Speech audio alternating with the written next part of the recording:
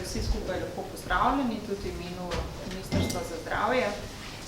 Morda kot veste, Ministrstvo za zdravje je nosilec tobačne politike, se pravi zakonodaje, strateških dokumentov na področju tobaka in povezanih izdelkov. Letos maja je bila sprejeta strategija za zmanjševanje posledic rabe tobaka s sloganom za Slovenijo brez tobaka, ki nosi ključno dolgoročno vizijo, in sicer do leta 2040 si želimo, da postane Slovenija družba brez tobaka. To praktično pomeni, da bi imeli do leta 2040 manj kot 5% prebivalcev starih 15 let in več, ki bi uporabljalo cigarete, nikotinske izdelke, oziroma tiste nikotinske izdelke, ki niso registrirani kot nadomestna terapija. Namreč podatki kažejo, da je vseeno 3-krat večja umrljivost pri kadilcih kot pri tistih, ki ne kadijo. Še vedno so pljučni rak, srčno-žilne bolezni in pa kronična obstruktivna pljučna bolezen povzročijo največ smrti, ki so povezane s kajenjem, vendar pa se ta spisek bolezni stalno povečuje. Podatki kažejo namreč, da v Sloveniji še vedno kadi vsak peti odrasli prebivalec. Danes je moja naloga, da vam najprej predstavim tobačne in pa povezane izdelke, ki jih ureja zakon o omejevanju uporabe tobačnih in povezanih izdelkov. Obstajajo namreč različne vrste tobačnih izdelkov, od cigaret, tobaka za zvijanje, cigar, cigarilosov, tobaka za pipo, tobaka za vodno pipo, do tobaka za njuhanje, ki se vnaša skozi nos, in pa tobaka za žvečenje. Tobak za oralno uporabo je izdelan v bistvu iz tobaka v prahu ali trdih delcev in je pakiran v take male vrečke in je prepovedan po celotni Evropski uniji, razen na Švedskem.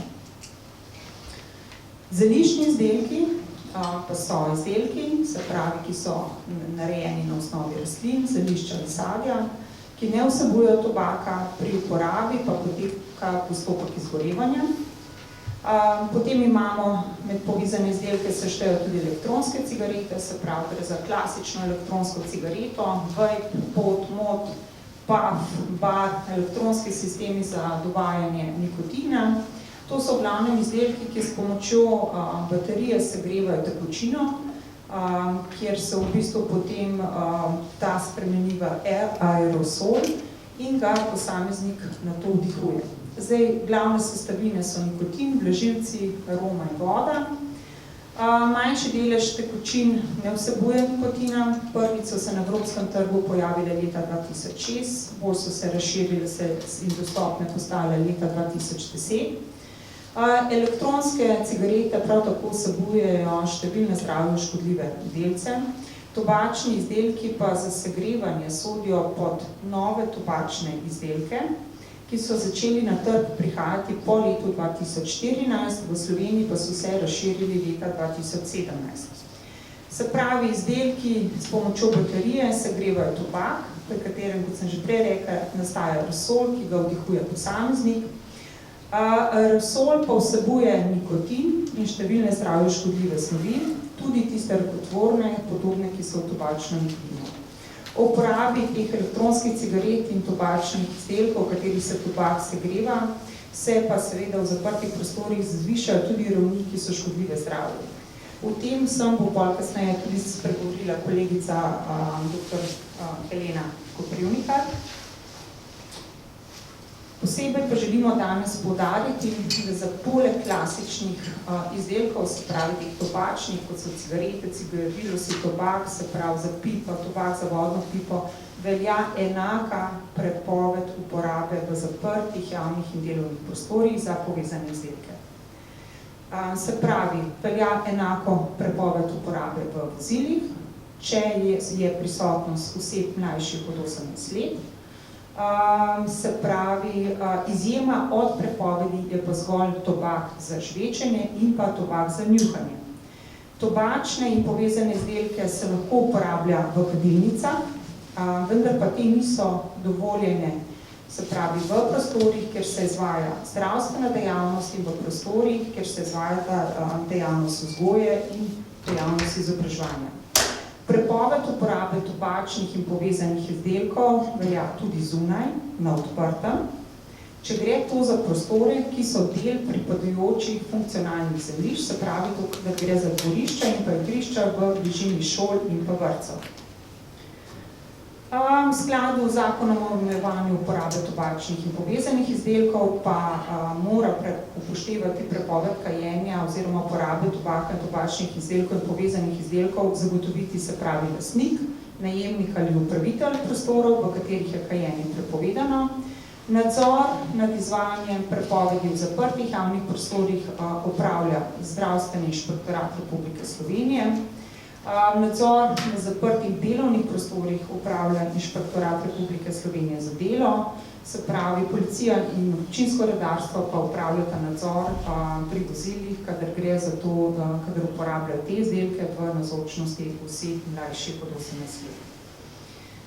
Tukaj so napisane globe v skladu z 42. členom, če krši, se pravi, predpise o prepovedi kajenja in uporabe povezanih izdelkov, se pravi, je globa od 4.000 do 33.000 evrov za pravno osebo, od 1.600 do 8.000 evrov je za samostojnega podjetnika posameznika in posameznika, ki samostojno upravlja dejavnost, od 800 do 2.000 evrov je globa za odgovorno osebo pravne osebe, odgovorno osebo posameznika, ki samostojno upravlja dejavnost in odgovorno osebo samostojnega podjetnika posameznika.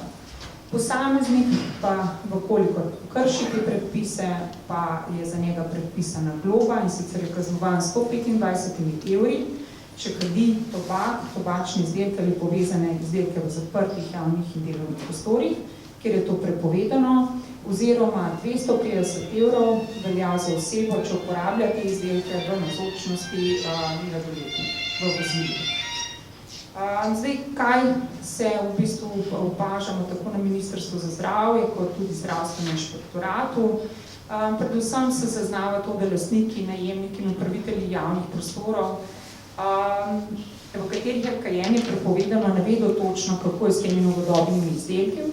In sicer v večini so prepričani, da velja prepoved zgolj za, se pravi, cigarete in tobačne izdelke, vendar pa to velja enaka prepoved za te povezane novodobne izdelke. Se pravi, za elektronske cigarete, bodisi vejpe, pafe, elektronske sisteme za dovajanje nikotina, mode, pode, se pravi, osebne uparjalnike. Da je temu tako, nam, se pravi, in pa na Zdravstveni inšpektorat naslavljajo tudi veliko število vprašanj gostinci, kjer izpostavljajo predvsem to, da jih stranke prepričujejo, da za te izdelke v skladu z zakonom o omejevanju uporabe tobačnih in povezanih izdelkov, da te izdelki niso škodljivi, da so dosti manj škodljivi, da so zdravi v primerjavi s cigareti in da se jih lahko kadi in uporabljajo, se pravi, v vseh zaprtih javnih in delovnih prostorih. Zdaj, rada bi tukaj morda povedala, pa bo kolegica mogoče kasneje Zdravstvenega inšpektorata bolj podrobno povedala. Zdravstveni inšpektorat bo zdaj v tem jesenskem oziroma zimskem času izvajal poostren nadzor glede spoštovanja prepovedi kajenja oziroma uporabe tobaka, tobačnih in povezanih izdelkov v zaprtih javnih prostorih, se pravi v tem jesensko-zimskem času. Tukaj še enkrat poudarjam, da za povezane izdelke velja enake določbe kot za tobak in tobačne izdelke, kot sem že rekla, prepoved uporabe. Potem imamo prepoved vsakega doniranja, sponzoriranja, oglaševanja in promocije ter spodbujanja prodaje, prepoved razstavljanja na prodajnih mestih, prepoved prodaje mlajšim od 18 let, prepoved prodaje iz avtomatskih naprav, prepoved prodaje z prodajnih mest, ki se lahko premikajo, bodisi stojnice vozila, prepoved prodaje preko interneta in pa za prodajo teh izdelkov je potrebno pridobiti dovoljenje pri Ministrstvu za zdravje. Še zadnja stvar, ki jo želela danes z vami deliti, se pravi v sredo, 23. novembra, bo stopila v veljavo nova delegirana direktiva Evropske komisije glede umika nekaterih izjem v zvezi s tobačnimi izdelki, ki se segrevajo. Tako bomo imeli države članice do 23. julija čas za prenos direktive v nacionalno zakonodajo. Namreč po novem se ti tobačni izdelki za segrevanje ne bodo smeli imeti značilnih arom, se pravi arome sadja, začimb, zelišč, bombonov, mentola, vanilje ali aromatičnih snovi v katerikoli od njihovih komponent ali pa kakršnekoli tehnične značilnosti, ki omogočajo spreminjanje vonja, okusa ali pa jakosti dima, kot to že sedaj velja za cigarete in tobak za zvijan. Poleg tega bodo morale biti vse embalaže teh tobačnih izdelkov za segrevanje natisnjena zdravstvena opozorila s fotografijami.